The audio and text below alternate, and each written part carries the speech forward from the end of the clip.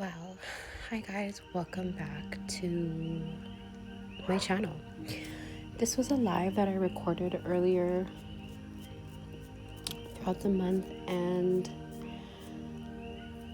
there was music playing in the background when I did my live. I had some Sade playing, some R&B, and I just kind of wanted to really talk about, I don't really know what I want to talk about in this live, but I'm kind of reflecting on where I was that day. And to be honest, I was really in a place of needing self-care, being present with just all of the trials that I faced that day.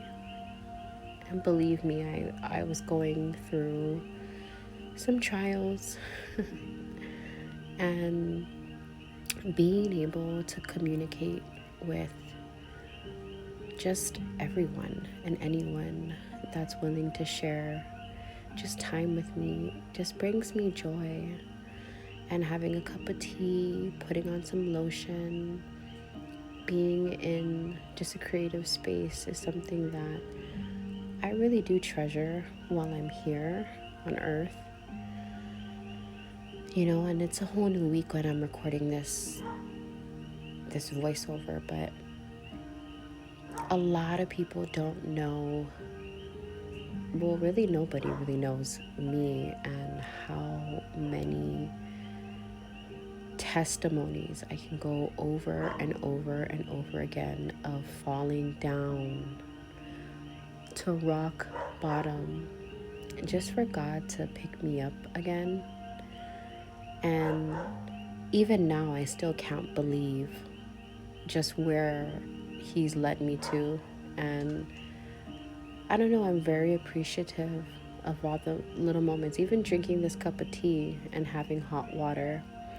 There was a time where I lived off grid and I didn't have hot water, and I had a water catchment system. So I took cold showers, and I lived off of a generator, and I really lived that type of lifestyle. And when you live off grid, it makes you appreciate when you finally do, stop living off grid, the essence of a hot shower. When I took my first hot shower, I was so grateful to take a hot shower after months and months of taking cold showers. So I will say though, throughout that season of my life when I was living off grid, I was trying to make something out of nothing. And during that time, I was in a relationship that really God did not want for me, but I kept giving myself excuses as to why I need to make it work. And I think us as humans, not even as women, but just us as humans, when we are set in our ways, sometimes our own thoughts and preconceived notions can be stumbling blocks. And sure, I had my share of stumbling blocks, and they have become stepping stones. But now I look back on my life and I'm like, oh, I see the patterns. I see the patterns of my behavior, the patterns of my choices, the pockets where I didn't have self-love, and the places that God started to fill even today and even during those moments. And a little bit about me, I was definitely struggling as a young adult. When I was younger, I was in foster care, and I experienced a lot of trauma from that I've now healed from. And I don't know if anybody really knows what it's like to feel like you have to live with people that really don't love you. And even though they feed you, they house you, they do the bare minimum, you never really feel at home. You never really feel the love, but inside, home is who you are and where you are. And I experienced that for years. Even now as an adult, I come home and yes, this home was given to me and I'm grateful for it, but home is inside. It's where I am, and I make home wherever I go. And now that I have 2 daughters, I'm showing you guys my vision boards. Now that I have 2 daughters, it really has occurred to me that home is within the 3 of us, And so there were many times that I would go from foster home to foster home simply because it wasn't a right fit. There was always a weirdo in the household. And I remember one time I was placed in a foster care home, and it was kind of like a temporary home because my foster parents had to go on a trip. So they had another foster parent take me and my foster sister in for like a whole week or so. And I think it was on break or something like that. So we didn't have school. And the energy of this woman, and it was just one woman, and she had a beautiful home, but the energy was very predatorial. And I think a lot of people misconceive that women cannot be predators, women cannot be sexual predators, but this woman turned out to be a sexual predator. And I remember thinking to myself, I don't want to think this way, I don't want to feel this way, but every single time I've been into a foster home and I felt that energy and I could feel that presence, I was always right. I think now we call it discernment. So I remember being in this foster home with this lady and my foster sister, and I remember falling asleep in a room and she slept in another room. But when I woke up, I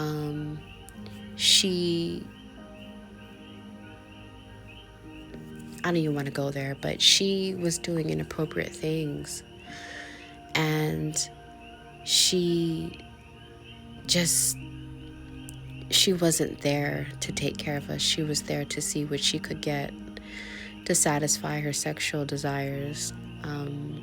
And it kind of made me realize in that moment, because all my years I had dealt with men, older men, always trying to find a way to sexualize me and frame me, kind of like what Ray said in her song Ice Cream Man, frame me for their own sin.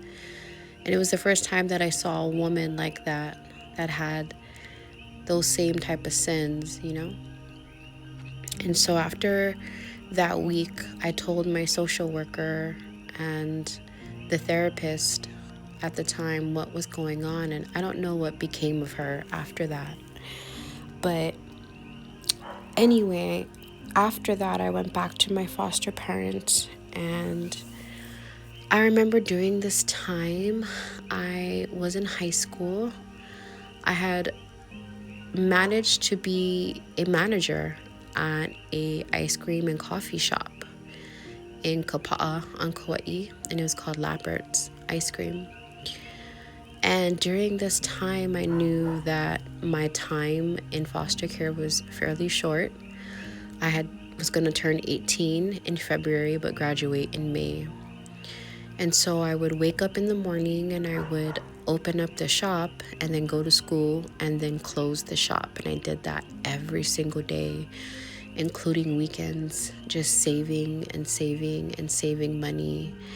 And there became a point where I was living in my car after I turned 18, living in my car, saving up for an apartment and working.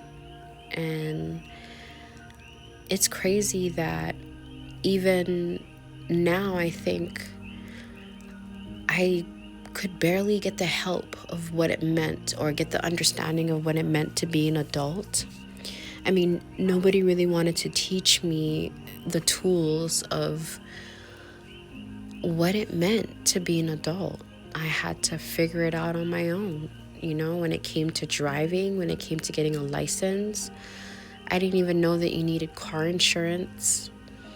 I didn't know bank accounts. I didn't know credit scores. I didn't know how to apply for medical insurance. And you would think that all of these things were shared with me, but they weren't. And so when I was living in my car and working, a lot of times I felt the struggle. I felt the weight of what I was going through, but for some reason it was like the strength, the fire that I had inside of me overpowered the struggle. And I didn't even see myself as homeless because, again, I've moved from home to home, so home was where I was at. And I lived in that car, and I made that car my home. I made that car my safe place. And so once I had the opportunity to move, I ended up finding an apartment with a recommendation from somebody that I worked with. And it was like a roommate situation, because I didn't quite make enough to just have my own apartment. So I decided I was gonna move into a rental situation with a roommate. And the roommate was a male, and I have a quick story time for that because it's kind of crazy.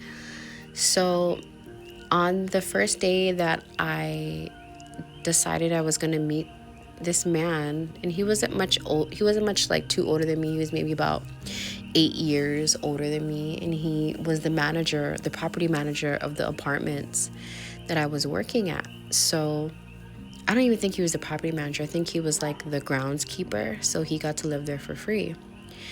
And so when I first met him, he seemed to be very nice, very kind, a local boy, Hawaiian, and he had like an older lady with him, but the older lady was kind of flirty. Like, you could tell she was a little bit possessive over him, but it wasn't like I'm his mom possessive. It was like I'm his lover. And it was strange because I knew she wasn't, but she kind of had this like, up and down look at me and checking me out and whatnot. And I told them that I worked and that I was going to go to school and all this kind of stuff. So I gave him the first month's rent, and I ended up moving in. And at first it was cool. I didn't find anything abnormal or anything weird about him. The only thing that I found weird was that he smoked these really skinny cigarettes. And he was a big dude. He was like 6 foot something, around 250 pounds. And he smoked these really skinny cigarettes. And I thought that was so strange. It was very dainty. So it was just so strange to see a dainty cigarette in a big dude's hand, Anyway, so then he started telling me about like what happened before I moved in. And apparently he was in a relationship with a woman that had kids that weren't his. And they just broke up and she moved out. So that's why he was looking for a roommate. And he was giving me the energy of like, will you be my girlfriend type of situation. And I was just kind of like, oh, I'm sorry that happened to you. Like, we all go through some stuff, la la la. But I kind of kept it cute and I stayed in my room. And I just kind of minded my own business. I left, I came back. I wasn't really cooking anything there. I just kind of made it known, like, I just sleep here and I work. And I'm not trying to like linger and be best friends with you. But eventually, as you start to kind of move in and just make home, right? You start cooking and, your roommate's there. You have conversations. So again, I was used to being around a lot of men. So I felt at this point in time in my life, being around a man was not foreign to me. Living with a man was not foreign to me because I had lived in a lot of situations where there were men around. So I was not afraid or freaked out or anything like that at 18, but slowly he would start giving me hints. And the first time I was sleeping in my room and I noticed that the light was on and it was like maybe 1 o'clock, 2 o'clock in the morning, and I could see the shadow of his feet like at my door. And it seemed like he was just listening if I was sleeping or not. And then all of a sudden, he started knocking on the door like really faintly, like a tick, tick, tick, to see if I would answer. And I was like, hello, are you okay? And he was just like, oh yeah, I wanted to see, if maybe, are you sleeping? I'm like, yeah. And he's just like, oh, I wanted to see if you wanted to come in my room. Like, I know you just got a bed and it's it's not all set up. So if you're more than welcome to sleep on my bed and da-da-da-da. And I'm just thinking to myself, this dude is trying to sleep with me. Like, it's not gonna happen. Absolutely not. I am not turning into your girlfriend, your living girlfriend for free on top of that. And I'm paying rent. You got me all the way bent. I'm not gonna say that he wasn't good looking, because he was a very attractive man, but I just know myself and I did not want to entertain men. I was really focused on, just surviving at that point. And so that kind of continued, the little hints here and now, and I kind of just pushed it to the side because I just paid rent and the first month's with the deposit. So I was really not trying to stick around too long. And then one day, I'm off at work and it's the weekend, and he's like, hey, like, do you want to go to this party? So I'm like, you know what? Why not? So I'm thinking, like, the way that he made me feel that the party was going to be, like, it was going to be people our age, like younger people, and it's going to be a kickback where you can just have a couple drinks, like nothing serious, nothing too crazy, listen to some music, vibe, dance. So I was all for it because I didn't work that weekend. So I get in his truck, which I shouldn't have, but I got in his truck and he drove me all the way to the other side of the island. And so we get to this spot and I'm like listening for music. I don't hear any music.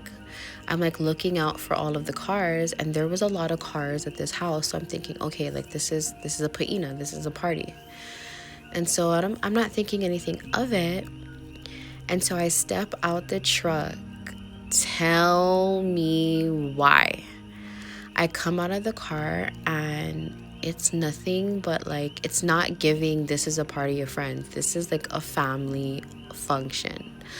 Grandma, mom, nieces, nephews, grandpa, dad, like everybody's outside on the lanai. And so I'm walking into the situation behind him like, what is going on? So he pulls up to, like, we walk over to where everybody's at, and he turns to me and he looks at his family, and I didn't know it was his family, but I could kind of tell they look like him. And he's like, oh, this is my mom, this is my dad, that's my auntie, my uncle, my grandma, my grandpa, and everybody, this is my girlfriend. What? He literally introduced me as his girlfriend to everybody. And I literally, in that moment, said, I am not your girlfriend. I am your roommate, in front of his whole family. And the family was like, well, who is this girl? Because mind you, he just broke up with the longtime girlfriend with the kids. So clearly, when you're walking into a situation and everybody's used to, their son having a longtime girlfriend, and all of a sudden some new, beautiful, thick queen just starts walking into the party, they're going to question, like, who's this chick? La, la, la, what's your story? So everybody was confused and just looking at me up and down. Like, it was not giving I'm welcomed. It was giving, like, we want the ex. Like, who the hell are you? So I had to clarify, and I know he was embarrassed, but I had to tell people, like, I'm sorry, but we're not together. I just moved in, like, we're roommates and we're friends. And at that point, the energy shifted in the party, and everybody just kind of threw me to the side. I don't think there was one person in that whole entire family function that spoke to me. And obviously I was in the car with him, which I regret. So I had to use my ride back to our apartment. And so I literally waited in the car the whole entire party, and he didn't even think to like leave. He probably stayed a whole another hour, and I sat in the car on my phone like, fuck this. I am not kicking it with these people, especially when I don't feel like I'm wanted here. And so he would come out to the car and like, hey, what's wrong? And like, I'm like, what do you mean what's wrong? Like, take me home. I don't want to be here. So finally he decides that, okay, well, I'm going to leave and I'll take you home. Says goodbye to his family. I didn't even like, I got back out the car and I said goodbye, like, nice meeting you. But it was just one of the most awkward situations, okay? I don't know if you guys have ever felt like you're unwanted in a place, but that was the gist of the encounter. So I get back in the truck and he's clearly bothered.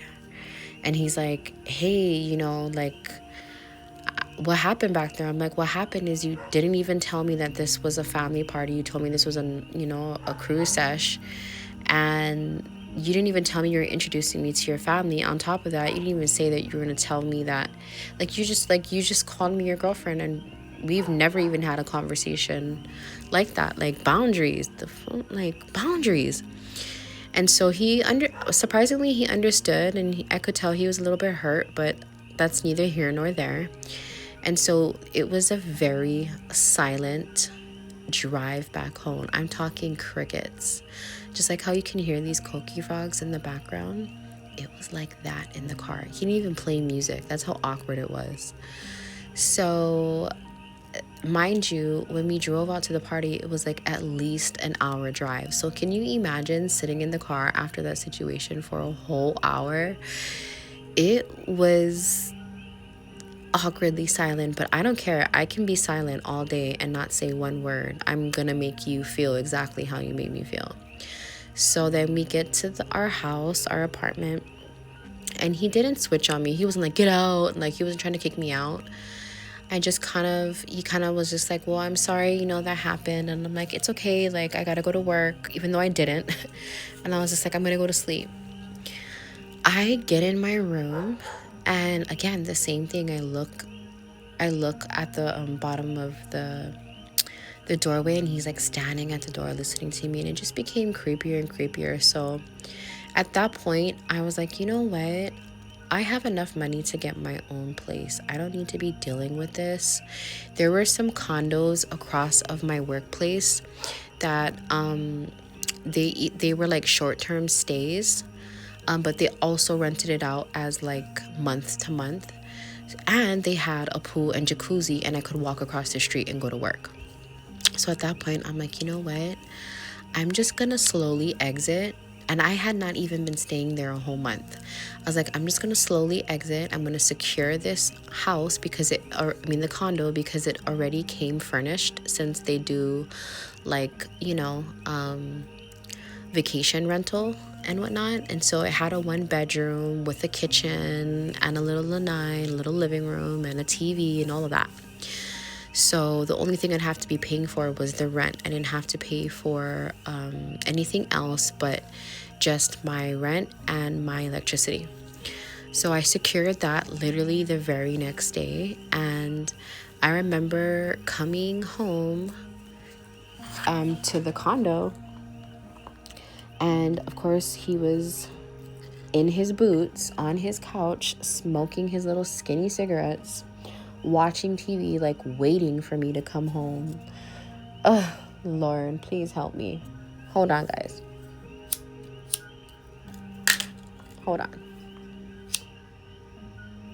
So, I get in the door and he's like, I'm like, hey, can I talk to you? And he's like, yeah. I was like, oh, I don't think this is gonna work out. I think I'm gonna move out. You can keep everything. You can keep the rent. You can keep the security deposit. Like, I'm good. And he's like, for real? And I was like, yeah, like, it's just not working out. And he's like, well, are you good? Like, are you gonna move? And I was like, yeah, I'm moving today. So I had a feeling I wasn't gonna like fully live there for a long time just by the energy, so I didn't bring a lot of stuff. I had a lot of stuff in storage, so I only had like a few things, like literally one trip of things. And so I told him, hey, you can keep the bed, and you can keep whatever I leave behind, but I literally just grabbed my clothes and dipped, literally.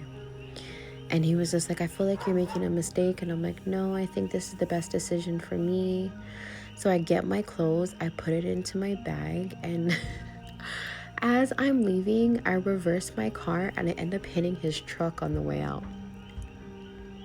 He comes outside and he's like, oh my God. And I'm like, oh my God, I'm so sorry I hit your truck. And he's like, oh, it's okay. And I was like, okay, well, it was nice meeting you. I'm out. Bye.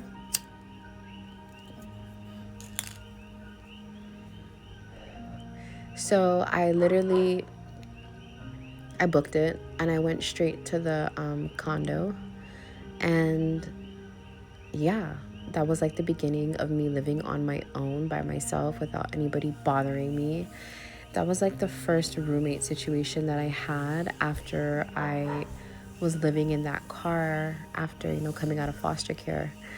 And I think about that sometimes and I just think to myself, like, the type of situations that I have been in, and even more so, with the opposite sex, like how strange, how strange that was. And if I had been like desperate or needing affection, it would be so easy to sleep with your roommate or, to do something stupid like that. But I don't shit where I eat. I just don't. And I've learned that as a life lesson. So when I moved into the condo, just being able to enjoy the pool and the hot tub and walking to work, it was those moments that I really found independence and I felt on cloud nine. So that was my little story time, guys, of having a roommate after foster care. And it was such a nightmare, but I can't knock the guy for trying. It was not gonna happen ever in life. I don't care what he was saying to me. And a tip I have for you young men and young ladies, and even for you older folks, is you need to be mindful when, I encourage you, not you need to, but I encourage you to be mindful when people overshare. When you start when you start coming into a situation around a person and they are oversharing way too soon, that is a red flag, okay? A big red flag.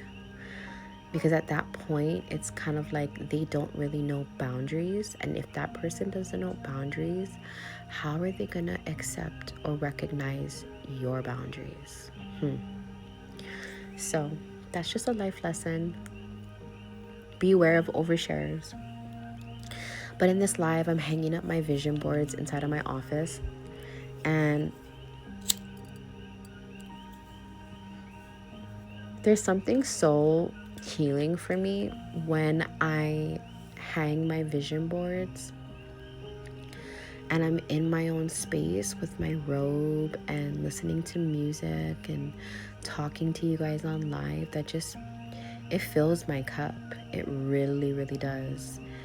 And I appreciate being a woman, being a mother, and I don't know, at this point I'm just babbling. I have to go take a shower. But yeah, guys, I just wanted to post this live because why not? And on top of that, there was music in the background, so clearly I can't have any audio. I don't want to get copywritten, right?